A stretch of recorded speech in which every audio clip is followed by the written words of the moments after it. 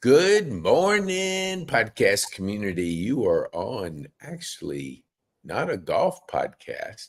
You are on Networking Matters because in business, relationship matters and networking matters. And so you have to be aware of the human connection and the relationships that we build in business.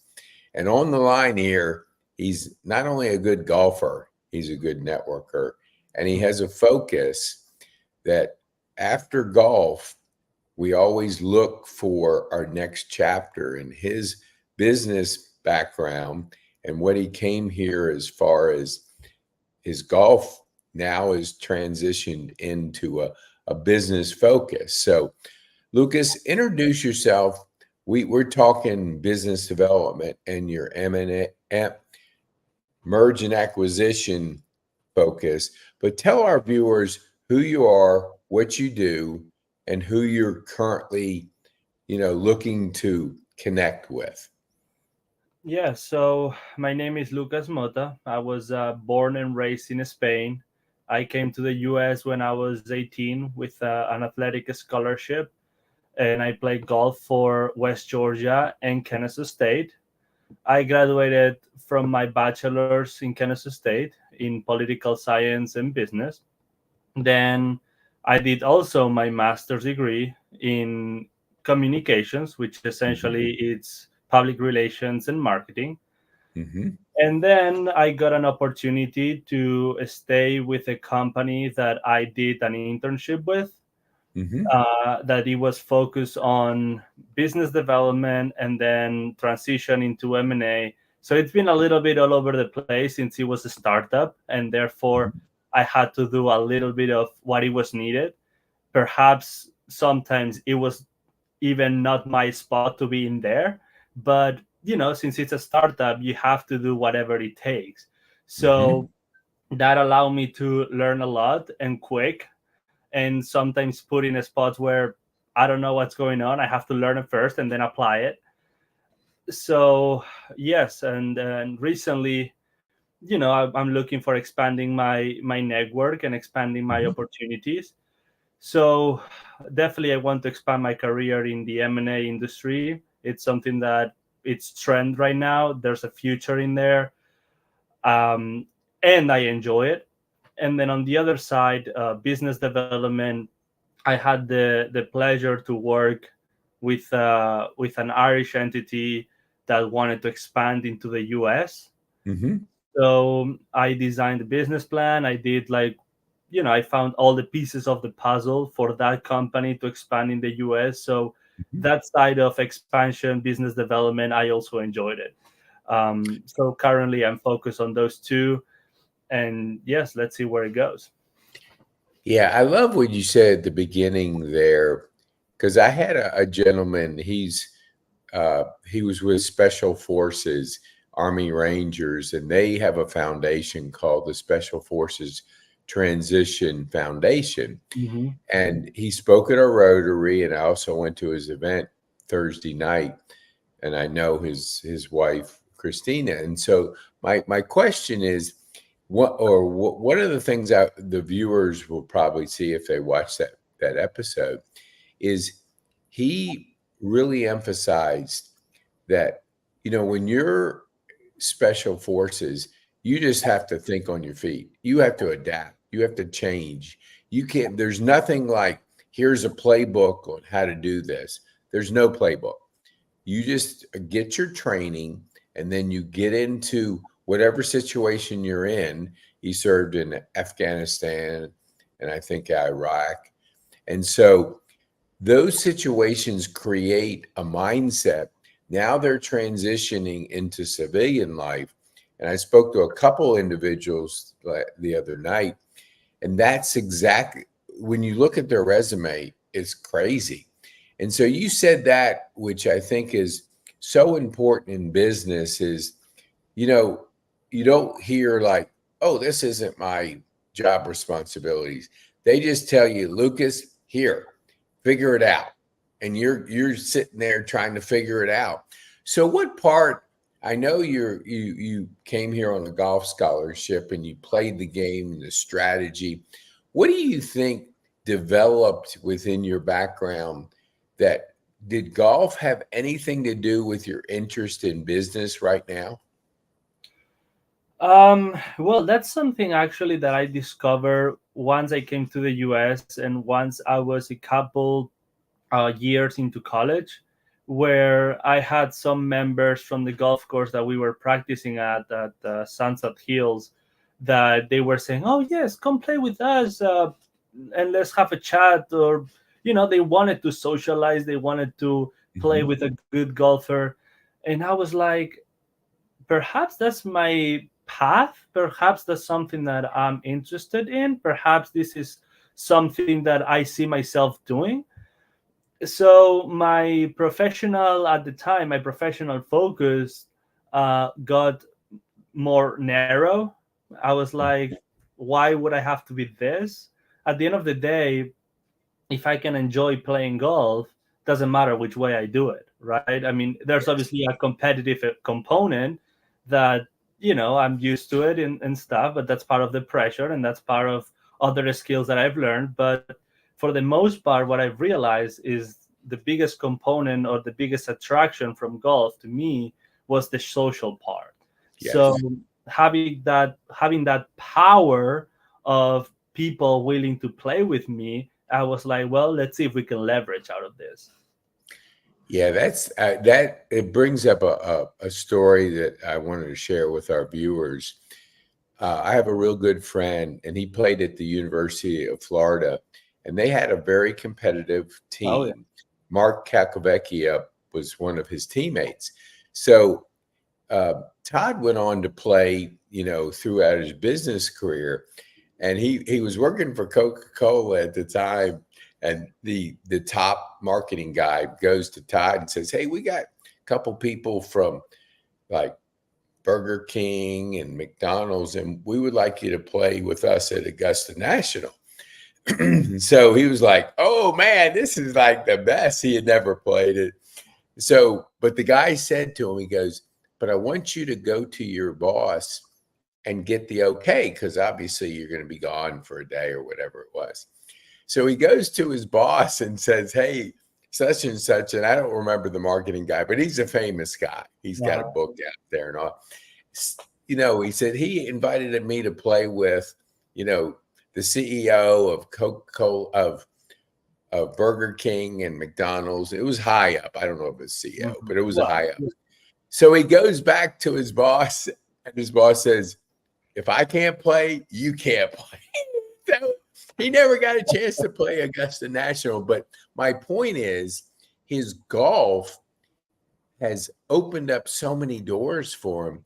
He travels the world now working for a private equity company in an industry that really was, the doors were open through golf, because you said it when at the beginning, everybody likes to play with a good golfer. I mean, I'm okay, but when I would go to conventions and stuff, I was like 3, 4, 5, decent, and right. everybody knew I was okay, but I would always get invitations to play because people want to be playing with somebody good. So what when you got into the business development and Mhm. the mergers and acquisition, if anybody's not familiar with that acronym, what excited you about that particular industry? Well, so first the business development, because actually one of the members at Pine Tree that I play golf with, I won't say the name just in case, but Yeah. Mhm. he is helping me in this project. So I found someone in the golf industry or in the golf neighborhood that Mhm. is helping me in a project.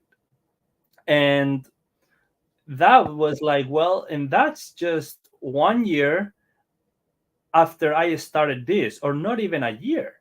Yeah. Imagine if I go down the road and I meet more people and I have more projects to do, and I have, at the end, we all want to help each other. And I found, to your point, something very interesting, and it's that for the most part, golfers are nice people, but also Mhm. are willing to help.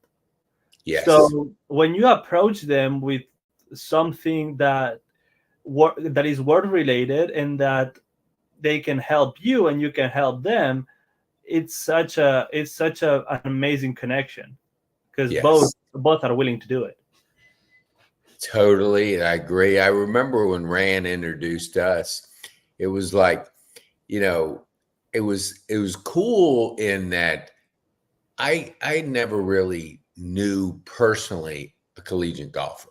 I mean, I say hello to people and stuff like Mhm. that, but we've done a number of podcasts. We've got to know each other, and so we have a kind of a different relationship than just hi, how you doing, Right. and that makes it. You're right about that. It's the relationship nature of golf because you're spending 4.5, 5, sometimes 6 hours with somebody because you go into the 19th hole and hanging out.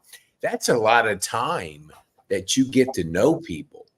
So yeah, I totally agree with you. It's mind-boggling to think 1 year you're making relationships with people that are going to really forge your career going forward because of you're in a very exciting, you know, business focus. When you're talking about business development, everybody needs to develop their business Right. from the standpoint. Here's a guy from Ireland wants to come over and do business in the US, has no idea what the market's like.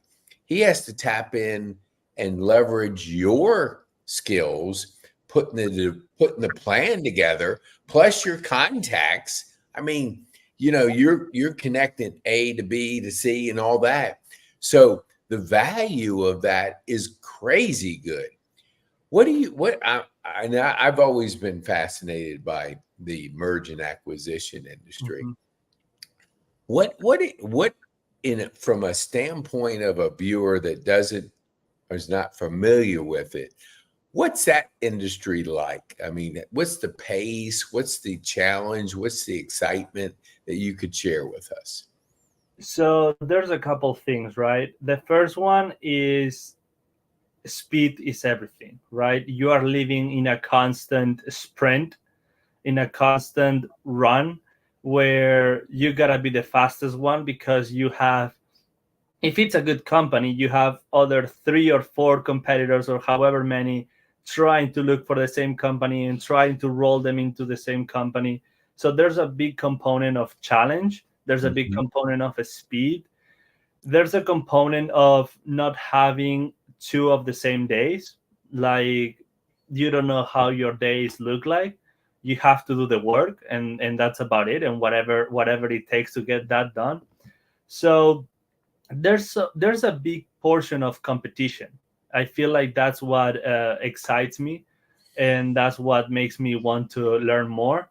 And then in addition, it's, in my opinion, is the future of businesses, is the future of businesses to grow.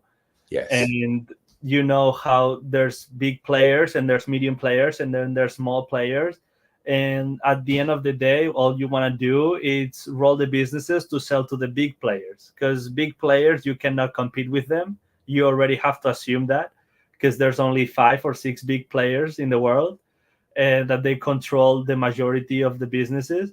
But you have to put everything together to sell it to them and then get the big portion of it. Yeah. So it's a puzzle, it's a constant challenge, it's constant learning. So I mean, I like it. It's the closest to a competition that I see. Yeah, I know. And I think for those that aren't golfers, the strategy of golf, especially if it's a match play where you're playing against a person, you have no idea what you're up against because things change by every shot. So you're constantly evaluating what's going on at that moment. And the ultimate goal is to win. So you're Mhm. figuring out how to get that leverage in winning, and then you're processing it by every shot. So I could see how that would prepare you for like what you just described to our viewers that may not be familiar with that industry. I just a thought just came to my mind. I do a podcast with Jonathan Tremblay, and he runs a really high end IT like systems and processes. He solves the biggest problems that nobody really can because he's worked for Mercedes, he's worked for the big companies, and he realized if he was solving problems for the big companies, hey, the small companies need to be have the same. If you're going to get big, you got to solve problems. It doesn't matter what they are, Absolutely. you got to figure them out. Absolutely. So to have you on that podcast, because I think as I'm hearing you talk, and we're talking about the business development and the M&A industry, people need what we talk. We actually closed a really big deal with one guy that was on his podcast. Called him up and said, "Hey, Jonathan, what are you doing in the next 5 minutes?" And he says, "Well, what do you got?" I have a client that I think you could solve his problem. They hop on a call. 30 minutes later, he looks at a retainer that's big Yeah. because the guy had a problem. And this guy connected him to the person that had the solution. So, when you look at the market today, you're right, it's fast. Business is moving so fast. If you can't adapt, change, and just on the fly make those decisions, you're going to be lost. I mean, you won't keep up with the competition. Right. Well, so my thought is, and I don't know what you would call it, you're almost like a fractional person in the business development and merge and acquisition, because I know that industry, these people do very, very well. But for a smaller company that's saying, I want to grow, they need you because they need your skill set that you've developed even in your first couple of years, but mainly you prepared yourself through golf, you prepared yourself through your degree, through your master's, and your business experience, the last year or so out of school. What do you like if somebody is in a situation where they want to grow? And Yeah. let's go back to the fast-paced nature of business. What kind of strategies, or what can you share with our viewers? What's needed to grow? Because your skill set matches that growth pattern. So let's just talk through, like, Mhm. you've done it with a company so far. Yeah. What did you see in that environment? Because they were obviously throwing things at you left and right and not saying, here's exactly how to do it, Lucas. Yeah. Figure it out. Yeah. So tell our viewers, our viewers a little insight into that. Well, so obviously, what I've discovered is that there's primarily only three ways to grow. One is adding more customers. The other one is buying more to the existing customer, like selling more, sorry, to the existing customers. Mhm. Or the other one is buying other businesses. By adding other businesses, obviously, you add more revenue and you put together and lower the cost, right? So you can lower the cost and then you sell more. So obviously, all those things, being part of a startup for the last year and a half, it helped me to learn a lot, right? I mean, there's obviously still things that I have to learn, and that's a good thing, right? Because it's a pace that you have to be constantly learning and constantly reading and constantly be updating of what is happening to the world. But if you are a small business and you want to grow, I would say either you sell more to more customers, you sell more to one customer, you lower your cost, and then therefore you have more revenue and you can grow, or you buy other businesses. And the thing is, like, to buy other businesses or to have the capability to buy other businesses, for the most part you need the money from investors, and therefore you have to be ready to with the business plan, and you have to be ready with the forecast, and you have to be ready with the financial statements, and you have to be ready with all this information to have the maximum percentage of probability that the bank gives you the money, because that's the only way to buy another company. I mean, unless you come from an extremely wealthy family, or somehow somewhat you are extremely wealthy and you want to use your own personal savings or your own personal inheritance, whatever, Mhm. but you need a bank. So you want to make sure that you're prepared from the bank. Hmm.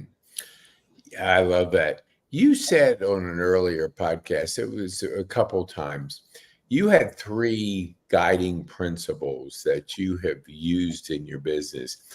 I want you, if you could share with our viewers, because when you said these, my first impression is, holy mackerel.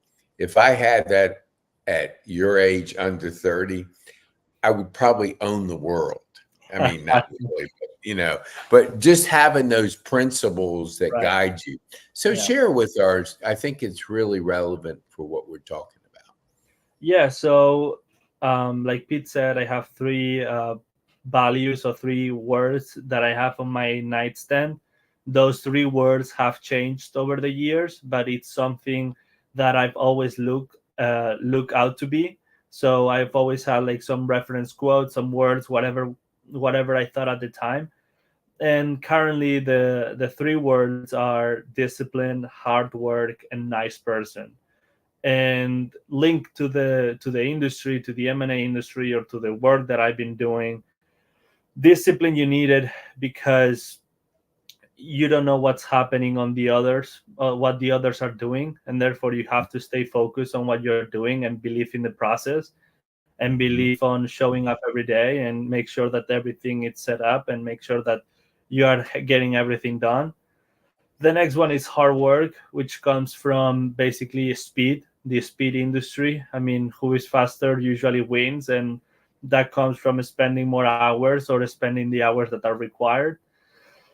And then the third one is a nice person. At the end of the day, the easiest way to make a living, or the easiest way to progress, is to use your connections, mainly because that saves the cold sales speech.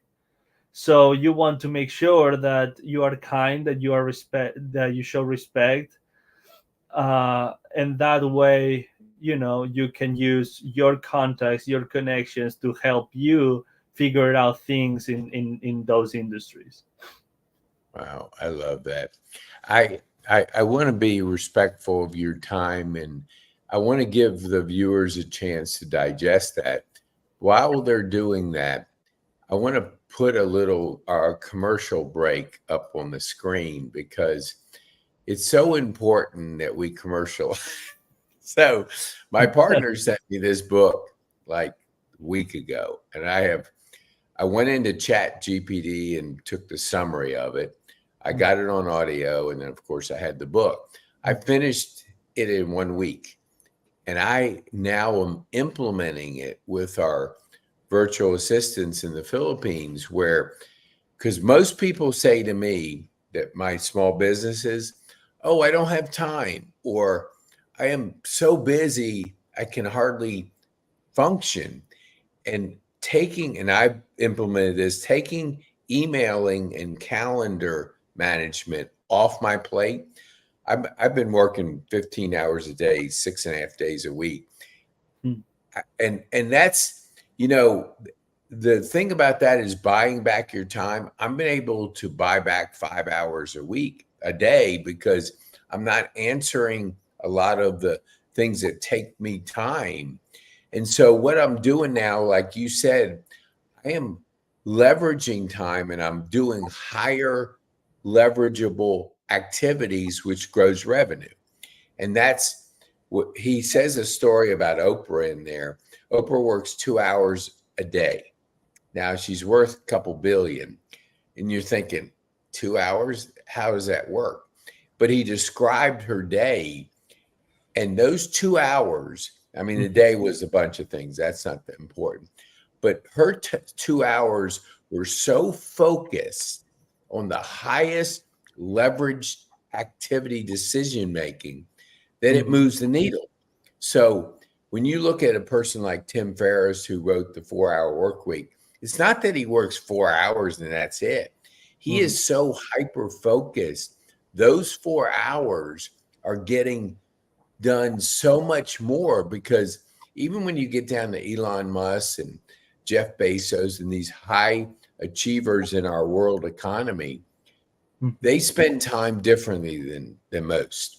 So if you don't figure out how to take a chunk, which is that executive assistant, off your plate as quickly as possible, you're going to be running around chasing your tail, making decisions because you're so busy you can't get higher up in the leverage decision making process.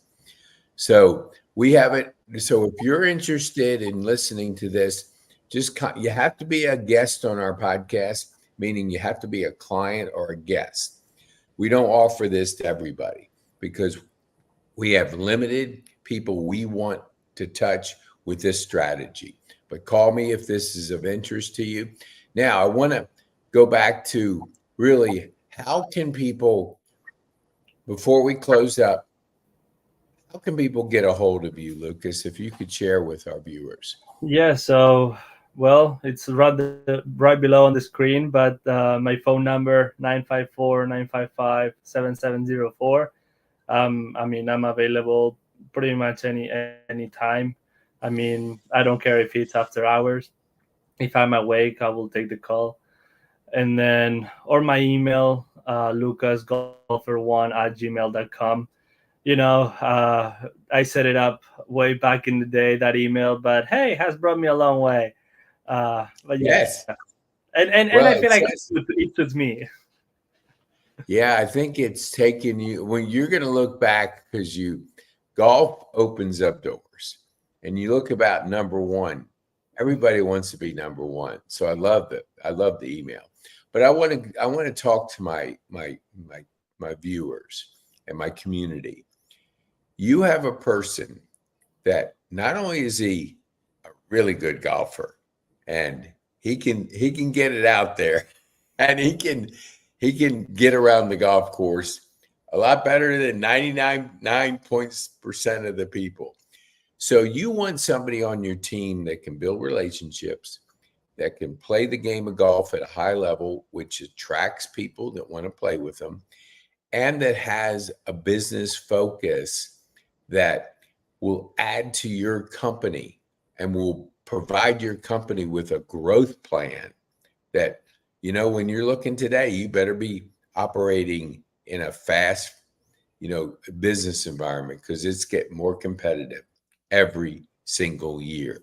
So share this episode with people in the the business community. Focus maybe on the merge and acquisition part, because just what Lucas shared with you, those principles of hard work and those principles of discipline and being nice, holy mackerel, that's just that, you can't get any better than that. And the best people in your company is going to help you grow your company. So you want somebody with Lucas's background, not only in golf but in business. So please give our viewers, as we close down, what is the one thing that you'd want them to take home with them this morning? Uh, I would say just keep working. I feel like something that I've realized is that things don't get done in a day. Things take time, despite the work that you might put. I mean, even if you put 20 hours a day, it will still take some time to get things done. So just be patient, just trust the process, and it will happen. Awesome. I love it. I love it.